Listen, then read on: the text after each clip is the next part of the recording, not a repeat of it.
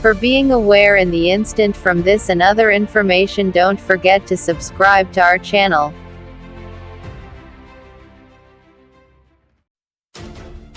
The U.S. has turned down an extradition request for one of its citizens who was charged with causing the death of teenage motorcyclist Harry Dunn. Mr. Dunn, 19, died after a crash in Northamptonshire in August, which led to the suspect, Sacoolas, leaving for the U.S. under diplomatic immunity. The Home Office had launched extradition proceedings on charges of causing the death by dangerous driving. A spokeswoman said the decision by the U.S. appears to be a denial of justice. Washington, however, said granting the request would render the invocation of diplomatic immunity a practical nullity. The U.S. Secretary of State Mike Pompeo turned down the extradition request in an email to the UK government on Thursday evening, family spokesman Rad Seiger said. He said the family would react fully to the news on Friday morning, adding, "The fight goes on for justice for their son." Highly inappropriate. The family's constituency MP Andrea Leadsom is due to meet the U.S. Ambassador Woody Johnson in London on Friday to discuss the case. When the Home Office started extradition proceedings, the U.S. State Department said the request would be highly inappropriate. It insisted Ms. Sacoolas' status at the time of the crash meant she had diplomatic immunity. Prime Minister Boris Johnson previously said the chance of the suspect ever returning to the UK was very low.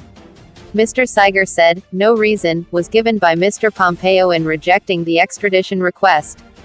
He also said that the family had expected the decision, adding, "We knew this day was coming. It is no surprise." However, he said the family would continue its campaign, and that the extradition request hangs there forever. "I can assure you that Sacoolas will be coming back one day," he said. "This is far from over. Considering our options." A spokeswoman for the Home Office said, "We are disappointed in this decision, which appears to be a denial of justice. We are urgently considering our options."